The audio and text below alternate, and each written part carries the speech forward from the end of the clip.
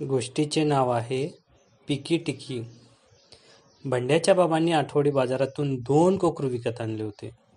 बंड्याने सांभाळण्याची सर्व जबाबदारी घेतली. बंड्याने एकीचे नाव पिकी तर दुसरीचं नाव टिकी ठेवले. दोघींसाठी बंड्या रोज हिरवेगार गवत व झाडाची पाने घेऊन येत असे. पिकी व टिकी आवडीने पोट भरून खात असत. कधी कधी बंड्या त्यांना ज्वारीचे व मक्याचे दाणेही देत असे. पिकी व टिकी आवाज करत खात असत. कुडुम कुडुम. बंड्याला खूप गंमत वाटे. बंड्या कधी कधी पिकी व टिकीला बाहेर सुद्धा फिरायला घेऊन जात असे. एखाद्या झाडाची पानं खाण्यासाठी बोलावत असे त्यावेळेस बंड्या गिर गिर गिर असा आवाज करून बोलावत असे. त्यावेळेस पिकी आणि टिकी 4 पाय वर करून उड्या मारून पडत येत असे. त्यावेळेस बंड्या सुद्धा त्यांच्यासारख्या उड्या मारण्याचा प्रयत्न करत असे. घरी असताना कधी कधी बंड्याच्या अंगावर उड्या मारत असत. खांद्यावर चढून बसत. कानाजवळ फुर फुर असा आवाज करत खांद्यावरून खाली उड्या मारत असे. ते खाटेवरून छोट्या छोट्या जागेवर उड्या मारत असे. बंड्याला तर गंमतच वाटे. एके दिवशी काय झाले, दुपार झालेली होती.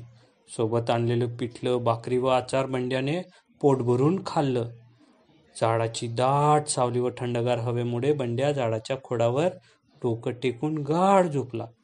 काही वेळाने बंड्या आळस देत उठला. बघतो तर काय, पिकी व टिकी गायब. बंड्याने आजूबाजूला सगळीकडे बघितले, कुठे दिसेनात. बंड्याने एका उंच टेकडीवर जाऊन बघितले व मोठ्याने आवाज दिला, टिकी पिकी. तरी कुठे दिसेना. काय करायचे हेही समजत नव्हते. सुकलेली लाकडं शोधणाऱ्या एका आजीला दुरूनच विचारले, ए आजी, माझ्या टिकी पिकीला पाहिलेस का? आजी म्हणाली, नाही नाही, मी नाही पाहिले. मी लाकडे गोळा करत होती, मी नाही पाहिले. शेतात कापणी करणाऱ्या माणसांना विचारले, ओह दादा, माझ्या टिकी पिकीला पाहिलेस का? नाही नाही, आम्ही नाही पाहिले. आत्ताच थोडी झोप मोडून शेतात आलो, नाही पाहिले. बंड्या परत झाडाखाली गेला. टिकी पिकीच्या पायांचे ठसे बघायला सुरुवात केली. त्या ठशांच्या मागे मागे जायला सुरुवात केली. कधी एका टेकडीवर तर कधी खोल दरीत बंड्या गेला. मातीत ठसे दिसत होते. बंड्या मागे मागे जात होता.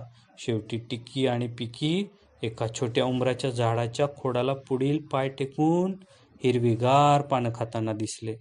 बंड्याला खूप बरे वाटले. त्या दिवशी बंड्या, पिकी व टिकी लवकर घरी आले.